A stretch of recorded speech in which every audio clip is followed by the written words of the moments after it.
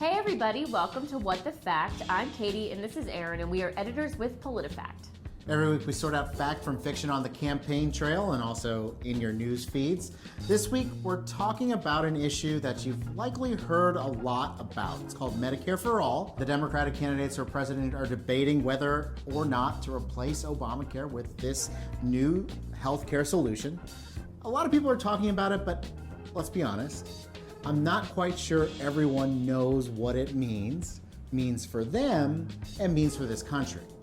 We're going to get into a fact check about who wants Medicare for all, but before you decide if you really want it yourself, you should probably know a little bit more about it. So Newsy's going to walk you through it. Healthcare is a major political issue, and Democrats and Republicans are proposing a variety of ways to change our current system. We're going to explain some of the key terms to help you better understand what options are on the table. Single-payer healthcare means everyone gets their insurance through the same program. Typically, that system is run by the government and funded by taxes. Single-payer insurance can also put the government in charge of setting prices for healthcare services. That's the way Medicare, which covers people 65 and older, is run today.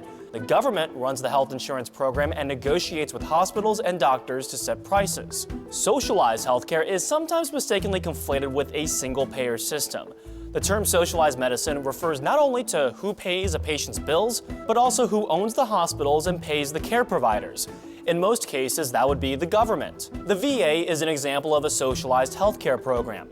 All veterans get their insurance through the government, and they receive care at VA hospitals where the government owns the buildings and employs the staff. Medicare for All is a term being used by several Democratic presidential candidates, with Senators Elizabeth Warren and Bernie Sanders being the biggest proponents.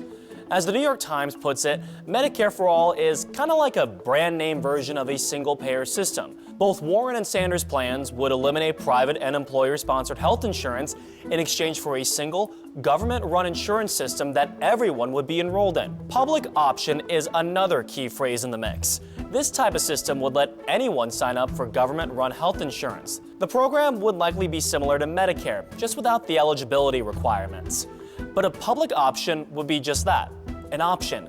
People would be allowed to stick with private health insurance if they wanted to. And there's one healthcare term that looks at the big picture: universal coverage. It just means that everyone would have health insurance. This is the ultimate goal for most candidates, but what politicians still need to figure out is which type of healthcare system will help us get there.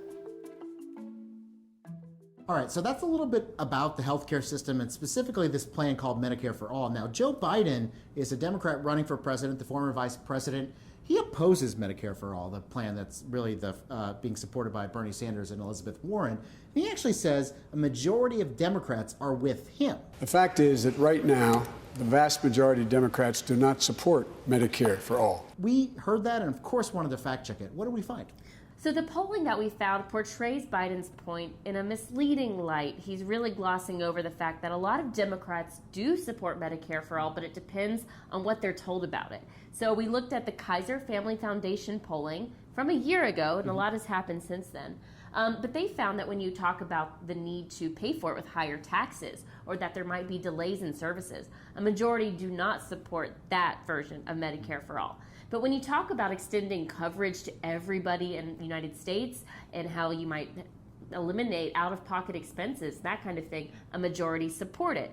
So, like I said, the polling on that is a year old, but it does undermine Biden's point just a bit. There's a ton of polling on this specific question. It really matters how you ask it. This is the same thing we saw, by the way, when we talked about Obamacare. Polling not only shifts over time, but it shifts depending on how the question is asked.